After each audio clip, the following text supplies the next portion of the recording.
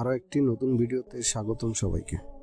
আপনি যদি সাহসী হন, ভয় যদি আপনাকে কাবু করতে না পারে, তাহলে আপনার সিট বেল্ট বেঁধে নিন আর চলুন ঘুরে আসি বিশ্বের সবচেয়ে বিপজ্জনক রাস্তাগুলো দিয়ে। ভ্রমণের শুরুতেই বলি, 2024-এর বিশ্বের সবচেয়ে বিপজ্জনক 5টি রাস্তা নিয়ে সাজানো হয়েছে এই ভিডিও এর 5 নম্বরে রয়েছে ভারতের কেলং কিশত ওয়্যার রোড। তবে এই রাস্তাটি ক্লিফ হাঙ্গার নামে বেশি পরিচিত। রাস্তাটি 235 কিলোমিটার দীর্ঘ।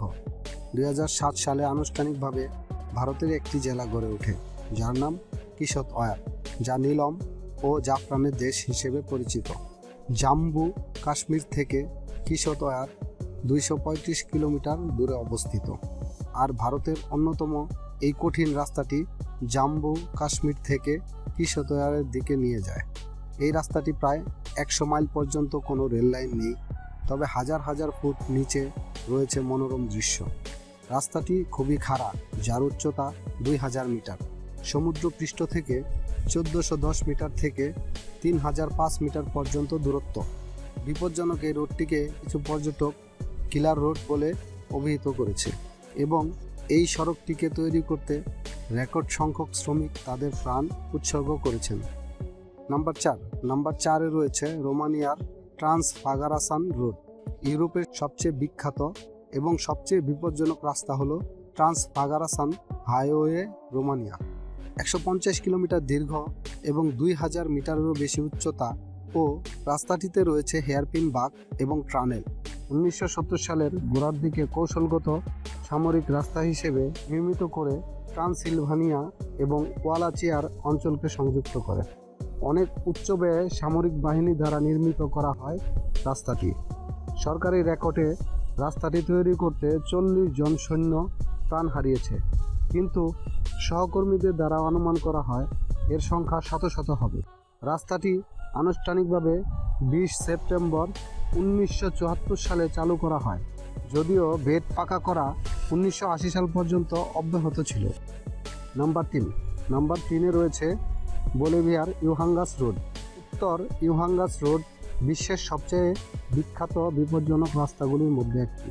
এই 64 কিলোমিটার প্রসারিত রাস্তাটি লাপাস শহরকে বলিভিয়ার ইউহাঙ্গাস অঞ্চলের সাথে সংযুক্ত করার একমাত্র রাস্তা এবং লাপাস শহর থেকে উত্তরের আমাজন জঙ্গলকে সংযোগ করে এই রাস্তাটি।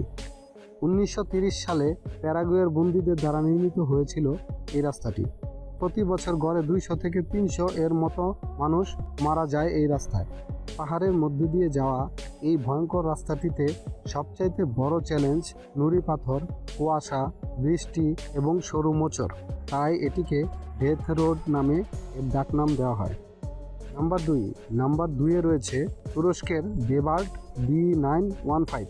বেবার্ড D915 হলো বিশ্বের অন্যতম মারাত্মক চ্যালেঞ্জিং রাস্তার মধ্যে একটি। রাস্তাটি কৃষ্ণ সাগর অঞ্চলের ট্রাবজোন প্রদেশের একটি শহর এবং করুহ নদীর তীরে অবস্থিত উত্তর পূর্ব তুরস্কের একটি শহর বেবার্ডকে সংযুক্ত করেছে। এটির দৈর্ঘ্য 106 কিলোমিটার।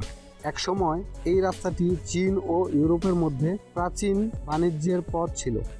সমুদ্রপৃষ্ঠ থেকে 2330 মিটার উপরে বেশ কয়েকটি পর্বতের মধ্যে দিয়ে এই পথটি। রাস্তাটি বেশিরভাগ অক্টোবরের শেষ থেকে জুনের শেষের দিকে বা জুলাইয়ের প্রথম দিকে তুষারপাতের কারণে বন্ধ থাকে। রাস্তাটিতে 38টি তীক্ষ্ণ হেয়ারপিন বাঁক রয়েছে এবং নুড়ি পাথরে ভরপুর, এর কারণে আরও বিপজ্জনক রাস্তাটি।